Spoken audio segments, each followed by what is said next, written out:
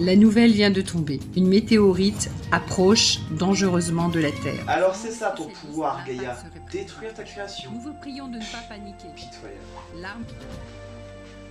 Eh, dis donc, toi, je te permets pas. Oh, qui est là? Oh, Tu es au courant que tu as un katana plus petit que l'autre et qui ne coupe pas c'est pas... Alors déjà, c'est pas un attaque qui compte, ok? Et... Hein? Oh. Ah, d'ailleurs, tu les sors d'où, tes Bah, katanas, toi Bah non. Oh, je veux pas savoir. Écoute, humain, je suis Gaïa, la mère déesse. Je suis là pour te demander une faveur. Ok, c'est dans ma tête, c'est... Ah putain, ok, c'est moi qui deviens fou, je savais qu'il fallait pas que je mange ces restes d'il y a une semaine. Non, pour ça, tu aurais une bonne chiasse. Bref, je suis ici pour te demander de faire une vidéo sur ma personne. Je veux que le monde entier sache qui je suis, et qu'on arrête de dire que Zeus, c'est le dieu le plus puissant, et bla bla bla. Mon ego a mal, vous savez.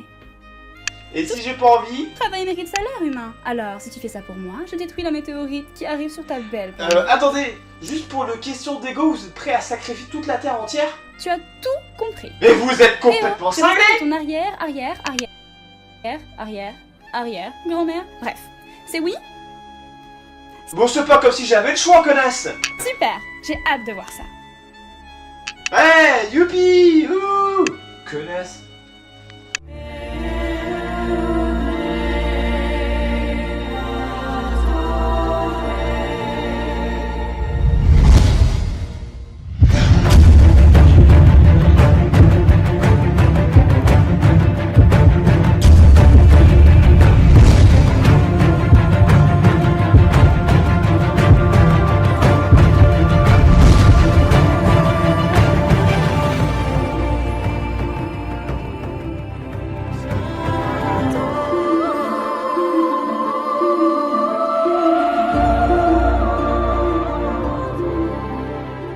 Bonjour et bienvenue pour ce nouvel épisode de Mythologia. Aujourd'hui, nous allons parler de la créatrice du monde, celle qui, sans elle aujourd'hui, nous serons rien, la déesse mère Gaïa.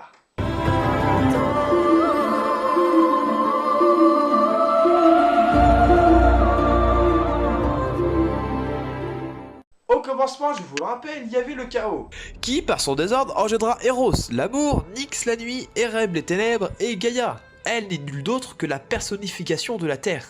Elle est la Terre. Suite à cela, sans aucune intervention mâle, elle engendra Uranos le ciel, Pontos le flot marin et Ourea les montagnes et les monts. Ça y est, la Terre est créée. Il n'y a plus qu'à la peupler.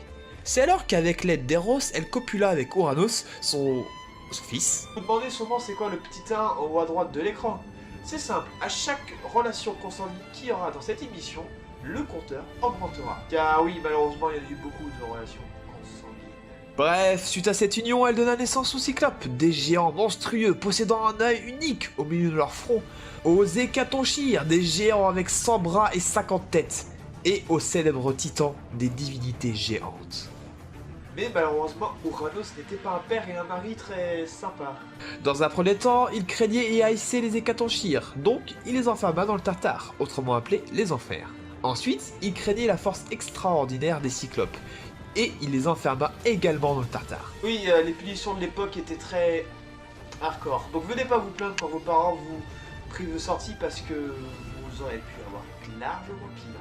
Pour finir, Uranos obligea Gaïa de garder les titans dans son ventre, sinon il leur réservera la même sentence. Mais Gaïa commençait à avoir marre d'avoir ses enfants dans son ventre. Elle forgea donc une faucille en silex, et la donna à son plus courageux fils, Chronos. La nuit venue, Chronos s'en prit à son père et l'émascula, c'est-à-dire quick le zizi. Des éclaboussures de sang provoquées par cet acte tomba sur Gaïa, la fécondant au passage. Oui, elle est tombée enceinte par le sang. Pourquoi pas? Suite à ces éclaboussures de sang, Gaïa engendra les nymphes, les géants et la célèbre Aphrodite. Et ce n'est pas fini. En effet, Gaïa a beaucoup de maternités qui lui sont accordées. Avec Ponto, son fils, elle engendra Nérée, Thomas, Phorcys, Céto et Eurybie, qui ne sont nuls d'autres que les divinités marines primordiales. Ensuite, Tartare est passé par là aussi, donnant naissance à Typhon et Echidna. Mais bon, après tout, Gaïa notre ancêtre à tous, donc nous sommes plus ou moins les enfants de Gaïa.